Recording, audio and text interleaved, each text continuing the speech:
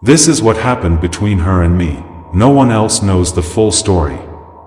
People assume, they whisper, they create their own versions of the truth. But only she and I know what really happened.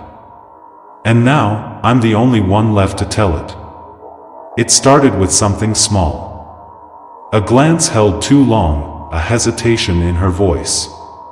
A moment that should have meant nothing but changed everything. I told myself I imagined it, that it was all in my head. But deep down, I knew better. Something had shifted. She wasn't the same, and neither was I. At first, I ignored it.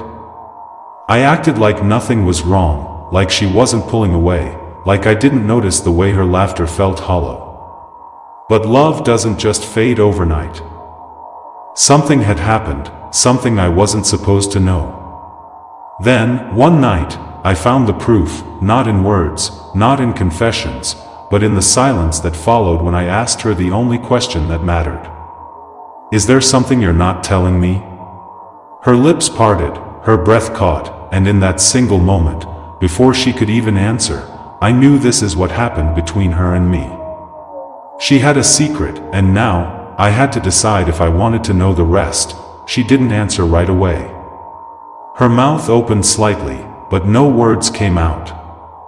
That hesitation told me everything. She wasn't searching for the truth. She was searching for a way out. I exhaled slowly, keeping my voice calm. Tell me.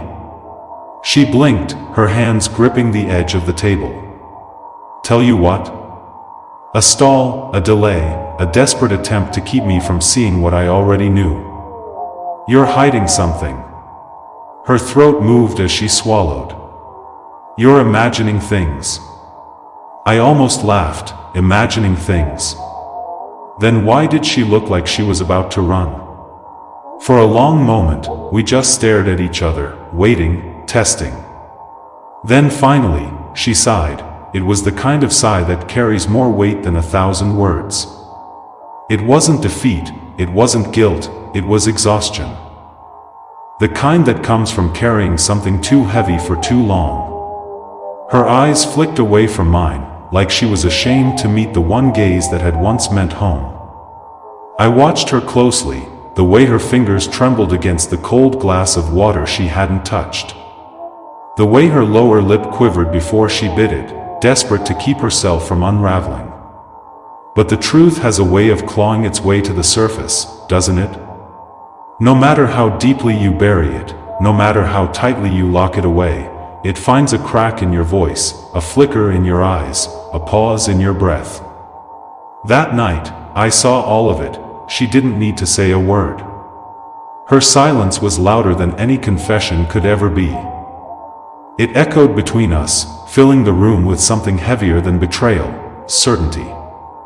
And certainty, I realized, is far crueler than suspicion. Because once you're certain, you can't go back to the comfort of doubt. Once you know, you lose the privilege of pretending. I sat back, the weight of it sinking into my chest like a stone dropped into still water. No ripples.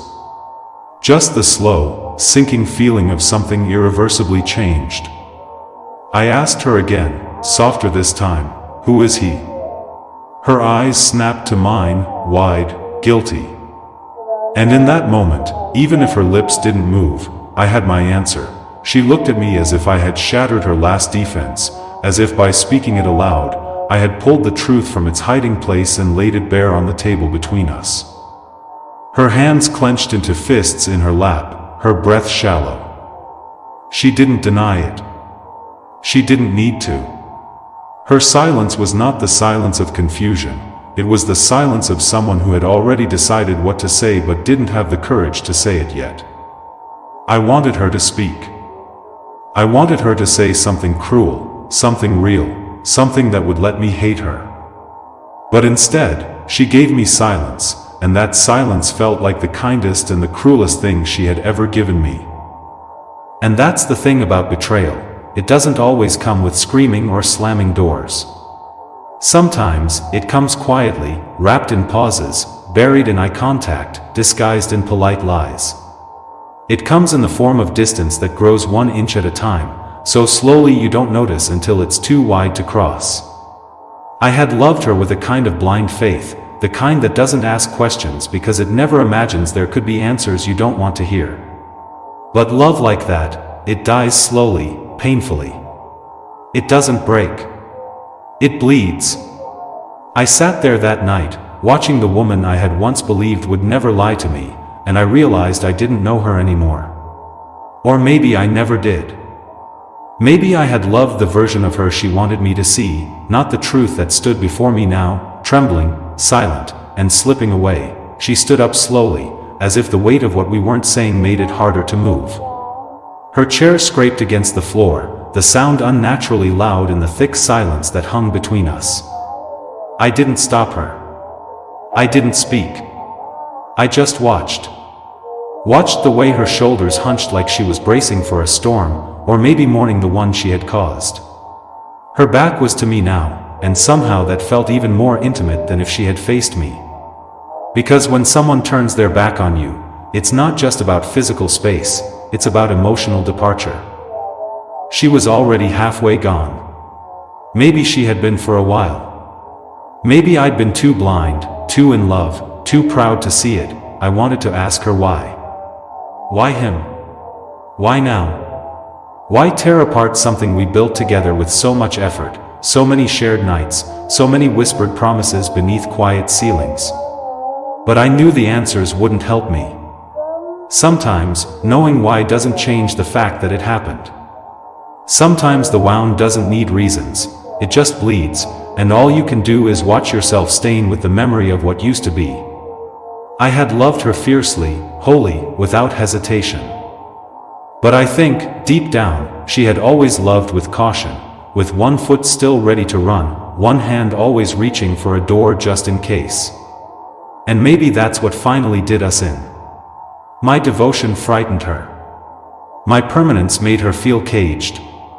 And instead of saying so, she drifted. When she finally turned to face me again, her eyes were red. Not from crying, but from holding the tears back. There's a special kind of heartbreak in watching someone suffer from the consequences of the pain they caused you. She looked like she wanted to be forgiven but didn't dare ask for it. Like she wanted to be held one last time but knew she didn't deserve it. I think that's when it hit me hardest. That we had reached the point where love wasn't enough. That we had crossed the invisible line between what could be repaired and what had already died. I still loved her. God, I loved her even in that moment. But it wasn't the kind of love that saves you anymore. It was the kind that mourns you. Quietly. Respectfully. As if attending a funeral no one else knew had happened. I didn't mean for it to happen, she whispered, her voice so soft I almost missed it. And maybe she didn't. Maybe it started like all mistakes do, with boredom, with loneliness, with curiosity disguised as temptation. Maybe she just wanted to feel wanted again, seen again, touched like the first time. Maybe I had failed her in ways I didn't notice. But she had failed me too. And the worst part? I still couldn't bring myself to hate her. That would have been easier. Hate is clean. Final. But what I felt was messier. It was love with broken edges, bleeding out quietly, with no one to witness it but me. She stepped closer, and for a moment, I thought she might reach for me. And part of me wanted her to. Wanted to believe that if she just touched me, if she just said my name the way she used to, maybe we could rewind time. But no touch came. No apology either. Just a look.